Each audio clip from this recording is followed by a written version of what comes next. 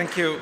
Thank you very much for these kind words. And we're kind of in a situation here where another Hungarian historian colleague of mine will be talking later on, and he'll be addressing, I believe, the actual victims of communism. And so kind of, I'm the earlier presenter, and being a specialist of interwar intellectual history and historiography and political ideologies in Central Europe in the interwar period especially,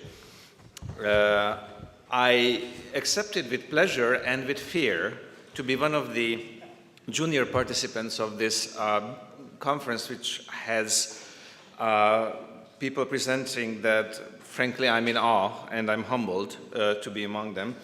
And I also was afraid because based on my expertise and my field of research, what we agreed that I would be giving a talk to represents a radically different perspective, because I will be addressing the first wave of reactions, as it were, the early reception history of Soviet communism, of Bolshevism and the 1917 revolution in interwar Hungary, at which time interwar Hungary, of course, was in a very particular predicament post-World War I, post-defeat, post-Trianon, and after two revolutions and in a semi-authoritarian under a right-wing conservative regime, usually referred to by the name of the regent, Admiral Miklos Horthy.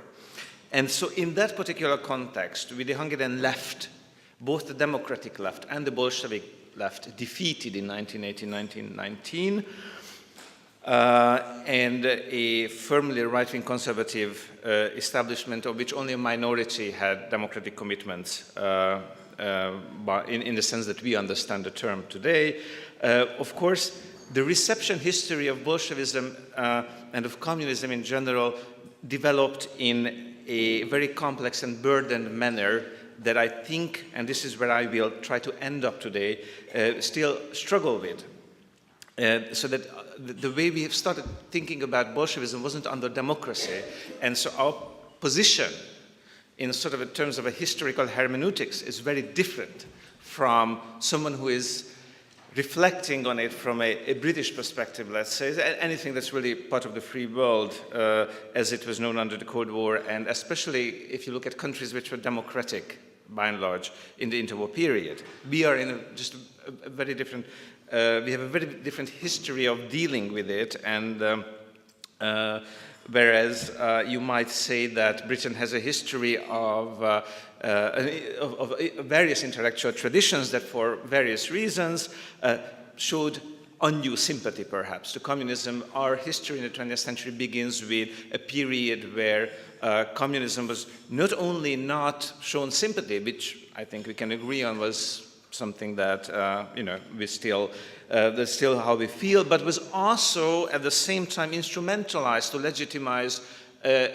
another system, another regime that had very strong democratic deficits, which was a right-wing, semi-authoritarian or authoritarian regime with strong parliamentary components, which nevertheless were weakening throughout the interwar period as we moved beyond the Great Depression and the 1930s. So that's the position from which we can start to reflect on the burdened history of dealing with the 1917 revolution and its aftermath.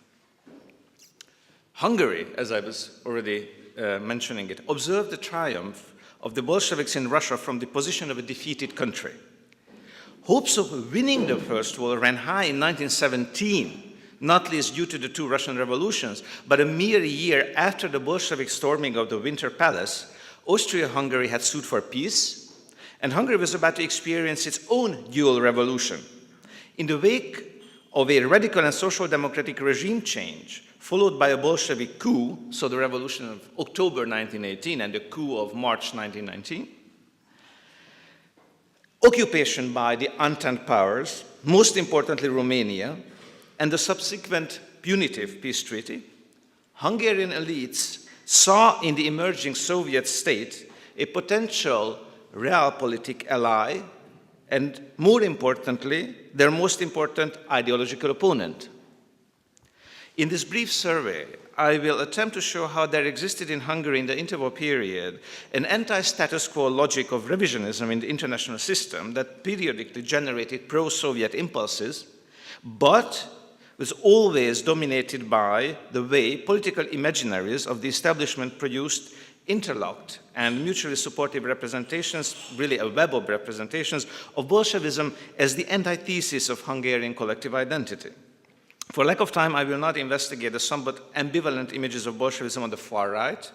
The Hungarian far right had a very strong social content, stronger even than Germany. They were more like the Röhm wing of the Nazis, and so they held some sympathies towards Bolshevism as a result.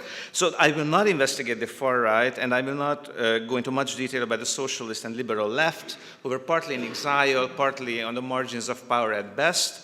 And I will focus instead on those who produced the dominant representations, who controlled the political sign economy at the time, and who influenced both elites and decision makers. In short, the social conservative establishment that united in a tenuous alliance the moderates of the radical right, if you excuse the oxymoron, so the Christian new right, if you like, the conservative revolutionaries, to use a Weimar term, and the old conservatives, along with their liberal leanings and their liberal lies. And this was, of course, a tenuous alliance, but it held for most of the interwar period.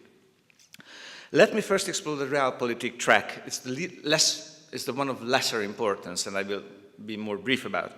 This is a tradition of thought in interwar Hungary that the man or woman of the street, by the way, could not encounter. So it survived in foreign policy documents, and we have two great historian colleagues, Attila Kolontári and Attila Serest, who both published very impressive monographs about them in recent years. So we can talk about this realpolitik track with good documentation now, but it wasn't something in the public eye. You will understand in a minute why. Hungarian diplomats despised Bolshevism, but they also identified Bolshevik Russia as outside of the international society that emerged in the wake of the First World War, and grouped it with the other anti-status quo powers, Germany and Italy, as natural allies for Hungary, seeking to reacquire lost territories and overturn, as it were, the post-World War I peace system. As a result, a logic operated among professional diplomats especially that called for overlooking ideological conflict and proposed re-establishing diplomatic and economic relations. Some large entrepreneurs offered support, especially as the first Soviet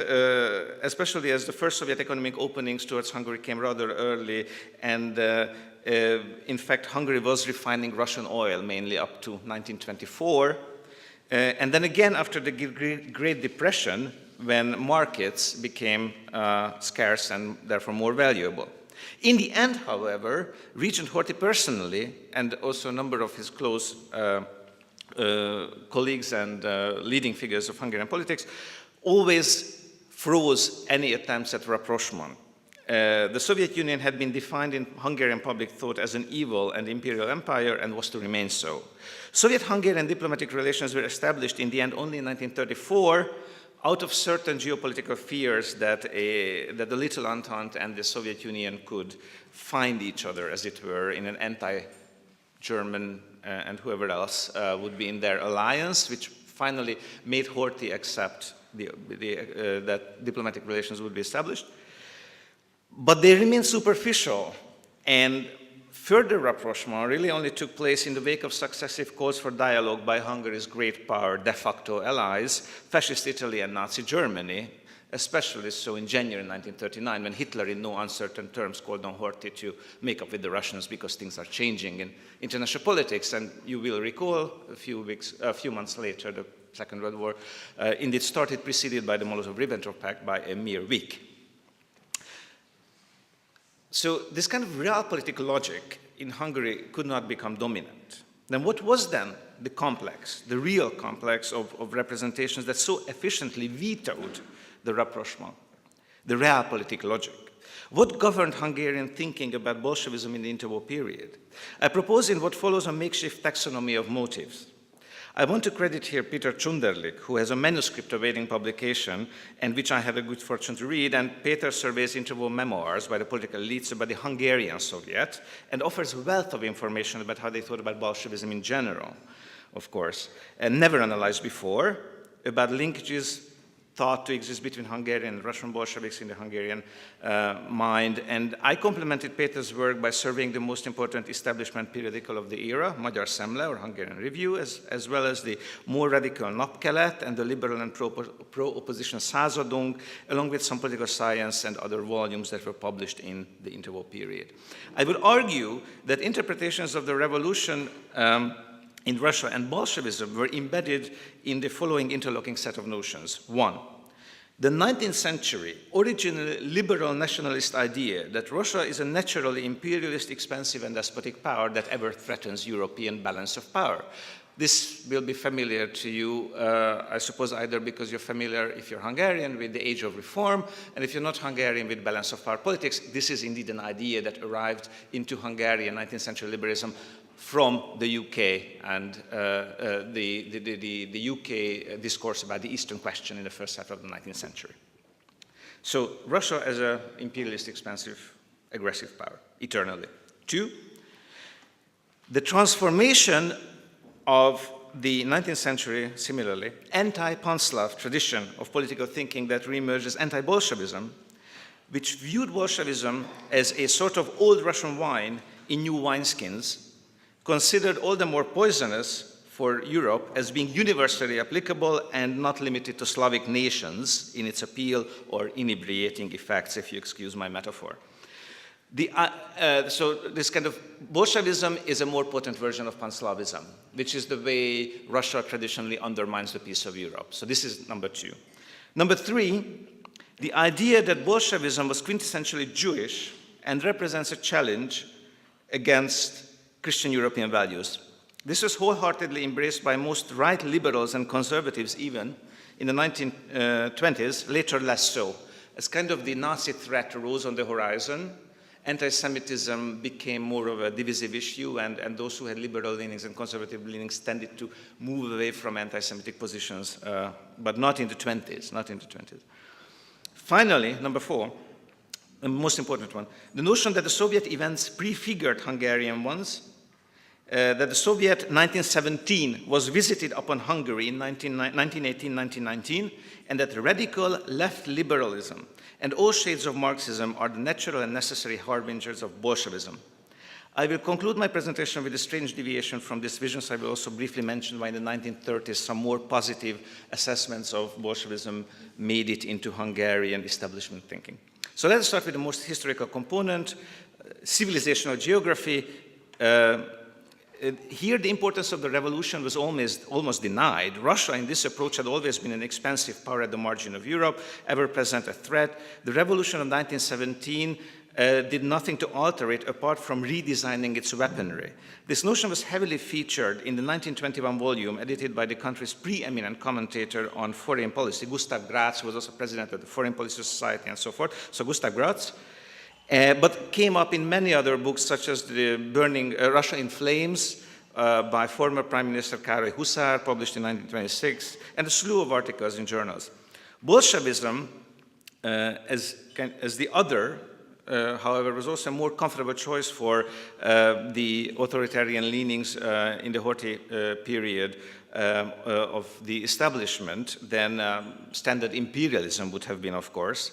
Hungary was oscillating between semi-parliamentarism and authoritarianism for the better part of this period. And unlike in the 19th century, when Western constitutionalism and Northern despotism were the oppositional pair governing geographical imaginaries, the opposition between the revolutionary despotism and Christian traditionalism preempted the problem of having to kind of think hard about why Hungary had abandoned some of its 19th century constitutional liberal commitments. So Bolshevism was a comfortable other, a more comfortable other than Tsarism would have been, because the oppositional pair to despotism was liberal constitutionalism of Lajos Kossuth, of Miklós Széchenyi, Wesselényi, and so forth, whereas to a Bolshevik cosmopolitan revolution, the antithesis was a national conservatism. The aspect of Bolshevism that, however, most fascinated Hungarian elites, especially in the 1920s, was not how it's the perennial Russian expansionism returning, but propaganda. By definition, the natural tendencies of all humans, and especially of peaceful and uneducated Slavic masses, was taken to be conservatism in Hungary.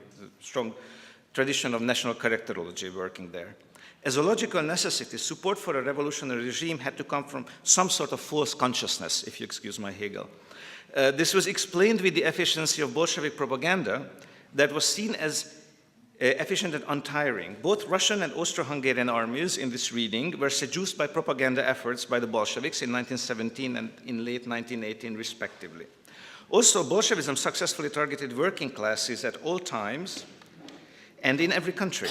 Following this logic, Bolshevism was seen, and this is how it was seen, as the heir to the pan-Slavic propaganda of the 19th century, and was, I believe, blown out of proportion in terms of how efficient it was thought to be, as much as once pan-Slavic propaganda was blown out of proportion in terms of efficiency. So it was considered, in that sense, a form of propaganda gone global by way of becoming decoupled from the ethnic principle. It should be noted that fear and genuine fascination was mixed in assessments of Bolshevik propaganda, along with a good dose of overestimating its efficiency, either out of sincere conviction or out of political calculus and fear-mongering. The best, most analytic chapter of the aforementioned semi-official book on Bolshevism in 1921, so kind of the Hungarian regime's black book on Bolshevism, concerned propaganda. That was the largest chapter. And also my colleague that I mentioned before, Peter Tsunderlich, found that Soviet propaganda was a major explanatory variable in the memoir literature of the interwar period in accounting for how a Bolshevik coup could succeed in Hungary. Understood to be, Hungary itself, conservative and Christian by both nature and nurture by the authors of these memoirs. His work lists literally over a dozen places in memoirs with descriptions about how Bolsheviks agents turned docile Hungarian workers and soldiers against law and order. Propaganda was the chief expert of the revolution and its most fearsome weapon. Through it, Soviet Russia remained a formidable threat in the imaginary, even in its years of military and economic weakness. To move to number 3, so as I mentioned, Bolshevism was also very widely appraised as a Jewish ideology. The association of Jews with un-Hungarian values of rapid progress and social engineering, I'm speaking in quotes, right? This is indirect speech, I hope you don't attribute this to me. I'm trying to summarize here something, right? So the association of Jews with un-Hungarian values of rapid progress and social engineering began in the tumultuous pre-war years of the first Hungarian Kulturkampf, when the emerging New Right, or neoconservatives as they are known in Hungarian historiography, decoupled the ideas of liberal progressivism and nationalism, or nation building and state building, ending the 19th century liberal hegemony in values in the first year of the 20th century. With the post-war and post-revolutionary anti-Semitic waves in Hungary, the Jewish character of Bolshevism became a dominant theme in appraisals of the revolutions and Soviet Russia. This was one aspect where the Hungarian context dominated. With regard to the Hungarian Soviet, the Jewish ancestry of its leaders functioned almost as a mantra, and even those who opposed anti-Jewish discrimination often subscribed to this tenet. So you could be against legal discrimination of Jews, but still subscribe to the idea that the Hungarian Soviet was something quintessentially Jewish in character.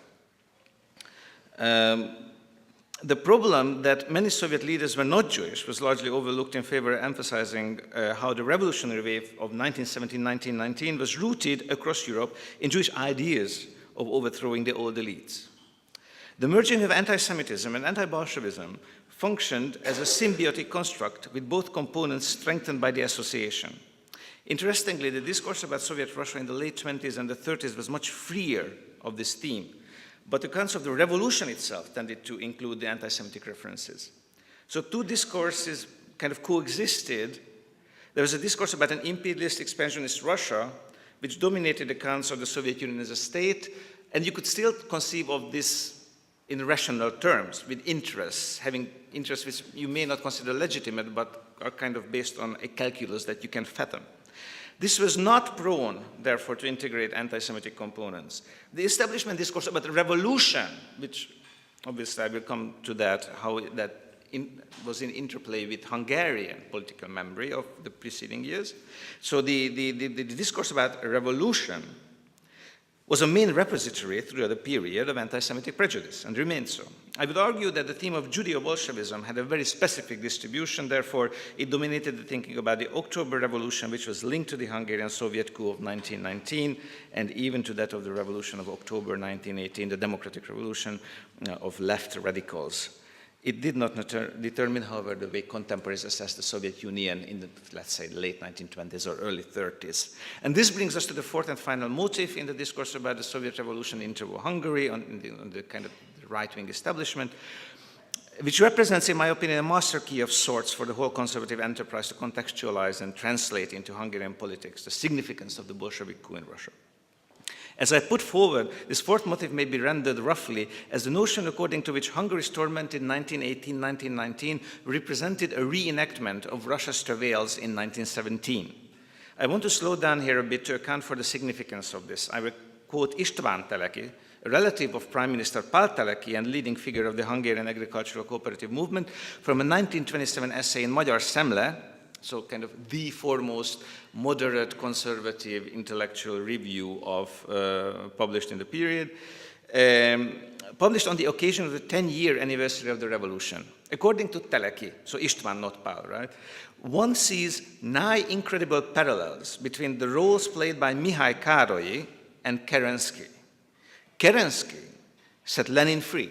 Mihály Károlyi freed Béla Kun, and both looked on as the other two deceived the working class and undermined the foundations of the state and its powers. So direct parallel there. This parallel, which in shorter, longer form, recurs in several interwar texts made out of the Bolshevik Revolution, the inspiration and model for the Bolshevik coup in Hungary, and also recycled the key notion of the era, according to which either A, there is a continuum running from radical liberals to Bolsheviks, both being friendly to anti-national ideas, whether these were interpreted as Jewish in character or not in a specific text could vary, but they often were. Or B, weak liberals, and this is the softer version, paved the way for Bolshevism. The two claims are not identical, and they are also at the same time not exclusive, so you could have kind of both. In fact, in this very same text by Teleki, just a few paragraphs after the previous one, there is another quote where Károlyi is shown as inspired directly by Lenin in his calls for an intermediate armistice, bringing about a defeat in the war. In sum, it appears that left-wing Democrats could be seen as willfully working against the nation, following a conscious anti-Hungarian, meaning anti-conservative, anti-Christian, cosmopolitan ideology, and as hopeless weaklings caught up in the epochal struggle between national and cosmopolitan forces. There are several interesting things here to take note of course. One, the accusation of cosmopolitanism coexisted in a state of unresolved tension with the accusation of Bolshevism representing the eternal Russian drive for a despotic empire. This was never addressed. Political speech can accommodate with fair degree of ease contradicting theses, as I'm sure we all have experienced that. More importantly, the parallel embedded the story of Russian Bolshevism into the Hungarian Kulturkampf tradition. And this is what I consider tragic and a huge problem. As mentioned before, the liberal consensus of nation building that characterized the 19th century was broken up, and a progressive, radical, and a conservative elitist camp emerged in the first years of the 20th century, coming to dominate cultural discourse in Hungary. This was further amplified, of course, first by the war and then with much greater force by the experience of the dual revolution in 1918-1919 and the shock of the Trianon Treaty, signaling the end of historic Hungary. In this context, 1917 related or taught a lesson for Hungarians, and in fact applicable to Hungary by proving in this conservative interpretation that liberal weakness and or malice weakened the nation, bring about defeat and pave the way to Bolshevism. In this sense, it was not just what the CDU campaigned with in the early 50s, if you recall Konrad Adenauer, that alle Wege des Marxismus führen nach Moskau, that all Marxist roads lead to Moscow. But more radically, the claim was that all versions of the left do. In this way, representations of the Bolshevik Revolution were instrumentalized and used to strengthen what at the time was increasingly called the Christian national idea and discredit the left wholesale. Moderates of the 1918 Democratic Revolution, those who did not emigrate, for instance, Count Tivadar Batthyány, partially accepted the thesis, but they did insist on the idea that it was by accident and perhaps wrong decisions, but certainly not on the basis of principle and not by design, that Hungary became the scene of a reenactment of the dual revolution of 1917. They, however, represented a very small minority. As even some former supporters of the first revolution of 1918 tended to close ranks with the conservative establishment as conservative power consolidated in Hungary in the 1920s under István Bethlen, and abandoned kind of their previous tenets about the relationship between Hungarian history and left-wing ideas. This decoupling, really, it was only in the 1930s that the decoupling of the left-wing Democrats of 1918 and the Bolsheviks of 1919 became an expressive ideological project for part of the opposition, notably the new radicals such as Palignotus and some socialist intellectuals. Interpretations about the Soviet Union changed partially in the 1930s, and I will only very briefly, to save time, mention that I think there's three things to look at here. First, the first one I already alluded to. It was that with regard to foreign policy, Italophiles and pro-Nazis, but also simply pro-German orientation, non-Nazis or non-Nazi sympathizers, tended to translate the foreign policy preferences of those countries into political discourse in Hungary, which for much of the mid to late 1930s de facto meant a policy of engagement with the Soviet Union. So in the late 30s, you had an appearance in the public sphere of what was not really there, only in diplomatic documents, the advantages of dealing with the Soviets. And this obviously been done with the toning of the anti-Bolshevik rhetoric. As a researcher of revisionism, Hungarian revisionism, to restore the old borders, Béniel Balog has shown in his work on Romanian-Hungarian relations that the more border revision became a realistic-looking political outcome, rather than a dream, the more weight these arguments carried in Hungary. Hitler himself, as I mentioned, called on Horthy and Csáky, the foreign minister then, to pursue better relations with the Soviets in early 1939.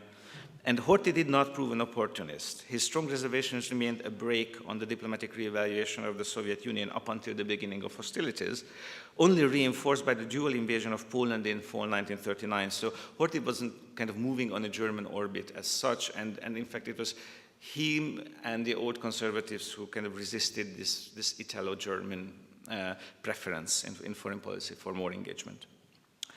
Intellectually, the other two reasons for the partial revolutions are perhaps more interesting. One of them was actually the agrarian populist writers who were fierce detractors of the Horthy regime, but they were also respectable intellectuals who had some sway over parts of the reform bureaucracy within the establishment, especially in the second half of the 1930s, so they had some intellectual influence. And they tended to, based on false information, because they didn't have access to actual information at the time, they tended to view Soviet economic, social, especially agricultural reform in a far more positive light, but this was not due to them, kind of willfully not, for instance, taking into account the Holodomor, but simply for lack of information. So this was a victory, as it were, of Soviet propaganda and fellow traveler propaganda in Europe that could cover up so efficiently for a long period of time of what was going on in the Soviet Union. And finally, this is perhaps the most symptomatic with a new nascent ideology of state activism in the Hungarian establishment, representing a range of political sympathies from neo-corporatism to fascism. So this kind of shift to the right within the establishment, especially the younger generation of bureaucrats and administrators and legal scholars and so forth. Within the academic elite of the Horthy regime, there developed a partially approving interpretation of Soviet rule. It was certainly not an endorsement of Bolshevism, and never was the idea raised that the Soviet dictatorship should either be an example or natural ally for Hungary. It was, however, considered zeitgemäß, so timely, appropriate for the times, and was very often listed next to Roosevelt's New Deal, Mussolini's Italy, and kind of Stalin's Soviet Union and Russia was the third element that could be found juxtaposed as instances of the post-Great Depression imperative of increased government activism and state participation in areas of social life that the 19th century had consigned to private enterprise. So it was kind of a part and parcel of the new etatist discourse, or the kind of this new kind of new right discourse of state interventionism. For instance, a very preeminent Hungarian theoretician of the state, or Staatstheoretica, legal scholar Béla Kovrig, argued in this vein in Magyar Szemle that a parastatist, so a semi-state-run society to social organization is actually what he considers to be the most successful model of the time. And if you look at the 1930s, there is much truth to this. And if you look at kind of what's going on in the US and elsewhere in Europe, you see how this actually could have an effect on as I said, not an ideological approval of the Soviet Union by any means, but simply an acceptance that that model may be a working model, which is something that is missing from the discourse in the 1920s when you have loads and loads of predictions about how the Soviet Union is going to implode very, very soon. And so that illusion was kind of done away with. So, but I also think that more important than these nuances of reevaluation in the 30s, it's the most important element here that I talked about today is that the Soviet Union in interwar official propaganda, as I have just emphasized, continued to function as the great other of the Hungarian political order. It did so, first and foremost, embedded in the great anti-revolutionary narrative of the regime that opposed binary pairs of progressivism and conservatism, national sentiment and cosmopolitanism, and often, although far from always, Hungarianness and Jewishness. This determinative and thorough embedding of the Soviet Revolution into the Christian national logic of the Horthy regime, or parts of the Horthy regime, has become, in my opinion, the key component of why we still have difficulties in dealing with Horthy-era anti-Bolshevism today, and by extension with Bolshevism as such today. Anti-communism, when applied to post-1945 figures and political discourses, is a positive marker in Hungarian public life, without reservations, I think, and the mainstream. At the same time, anti-Bolshevism is a term with strong historical connotations that often and in many ways conjure up the Horthy-era grand narrative about the Manichaean struggle between European Christian conservatives and its cosmopolitan, potentially Jewish other. There are scores of examples from post-1989 Hungary when the Horthy-era narrative is resuscitated in the same inclusive way and deployed to delegitimize the whole spectrum of the left. Also, mention of anti-Bolshevism will trigger in many listeners on the left reactions suspecting behind the term an attempt to justify anti-democratic policies of the Horthy era or of later eras or of present by recourse to this mythical anti-Bolshevism. The Kulturkampf front lines of the early 20th century exist in Hungary today, reinforced by subsequent waves of persecution targeting groups on both sides of the socio-cultural and political cleavage. As long as a historicizing discourse prevails, and I'm saying this as a historian, but as long as a historicizing discourse prevails and kind of remanufacturing of interwar anti-Bolshevik patterns continues, I believe that it will actually undermine the credibility and universality of anti-communist commitments, even if put forward in perfectly good faith. In the case of a problematic 20th century dominated by various anti-democratic traditions, as in the case of Hungary, Hungarian history, and here we look with envy to all of those of our colleagues, friends, and hosts who have the good fortune of being British, anti-communism would perhaps be best conceived and conceptualized in terms of principle rather than historical example. Democrats should be perfectly able, I believe, to do so on their own. Thank you very much.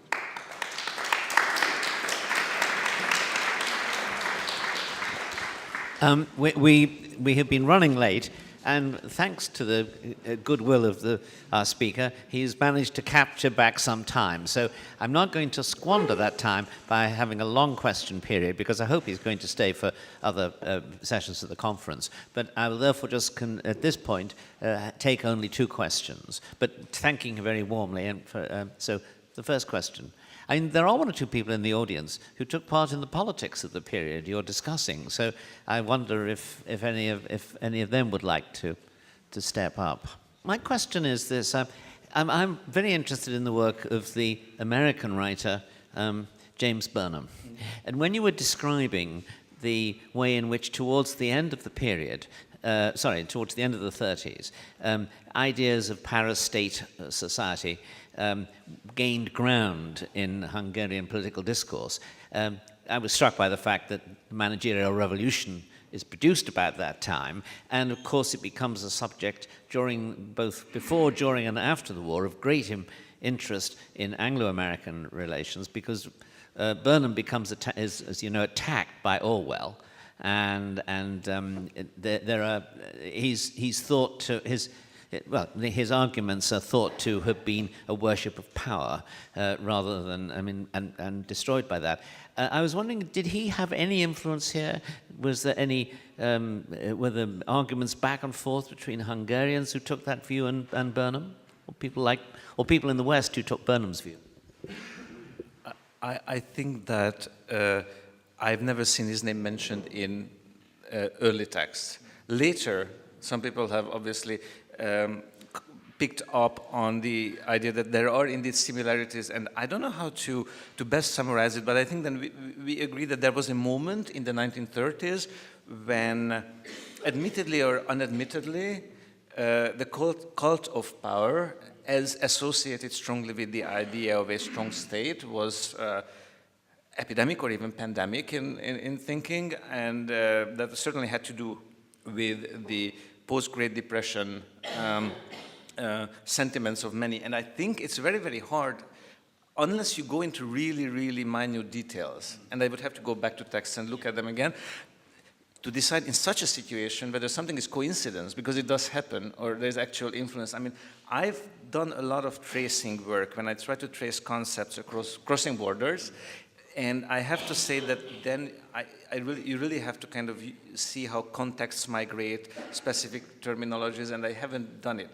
And this is one of the cases where normally I think we would just say, oh, there is definitely an influence. But it's such a kind of, it's such a set period, I believe, if I may be normative. It's such a set period for freedom that we are seeing in the late 1930s, attacked, as it were, on both sides. And the case of Germany, where you have an anti-democratic left and an anti-democratic right, getting stronger simultaneously, that in that particular zeitgeist moment, I might even just ascribe it to just that, the zeitgeist. I don't know. Yeah, this will have to be the only question. János. Very quick question. We heard communist coup. A coup, the historiography. It was the Károly government which presented the communists with governance. Is that a coup? I thought that's not the way we think of the word coup and the political process. It was not a forceful, sudden something, but the Prime Minister, in fact, went to the prison and let them out of the prison of the communists and gave them the role of governing. That's the way I heard from all those people who participated. And why do we use the word coup? That's actually a legitimate question, and I admit that I've actually corrected my text and I settled on coup. I mainly settled on coup to not use revolution, because something that is... Yeah, so I settled on coup, and I think you're very right in pointing out the fact that there was a formal transition of power, but I bring another example. I consider October 15 to be an arrow-cross coup. Even though Horthy transferred power, he at gunpoint and having his son kidnapped. So he was blackmailed. But formally, it was then, again, not a coup. Now, the question, therefore, to my mind, comes down to what extent was Károly blackmailed? He was certainly not blackmailed as Horthy was by the Nazis. He didn't have his wife kidnapped.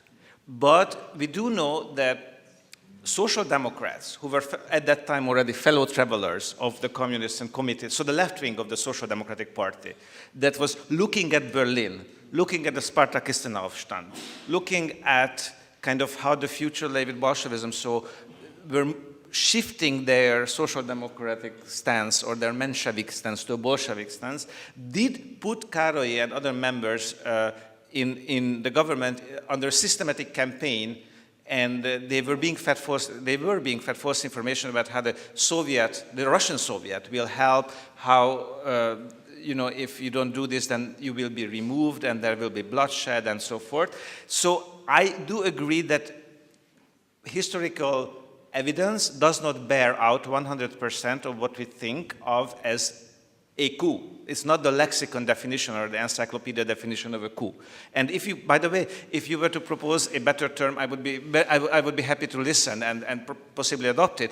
I use it as a soft coup at best. I do think that when you have part of the government that is intent on removing other parts of the government from power and uses deceit and lies to achieve this and bring out political criminals, as it were, from jail, at least it's borderline acceptable, but I'm really curious how would you refer to it? One word, if I just one short sentence. No, I think we should please allow it. Political mistake on the part, misjudgment on the part of Kari that did it. That is clear. That There was no force, neither Kari or Nagy Ferenc or whoever, or forceful removal. Because Kari made a judgment and it was, to call it a coup, it was a political mistake. I certainly agree that there was an error of judgment on the part of the Hungarian government and Károly as the head of that government. I would not contest that. I just think that there's enough of a kind of a campaign and misinformation going on. But yeah, it definitely that element should not be by any way removed or denied from the discussion.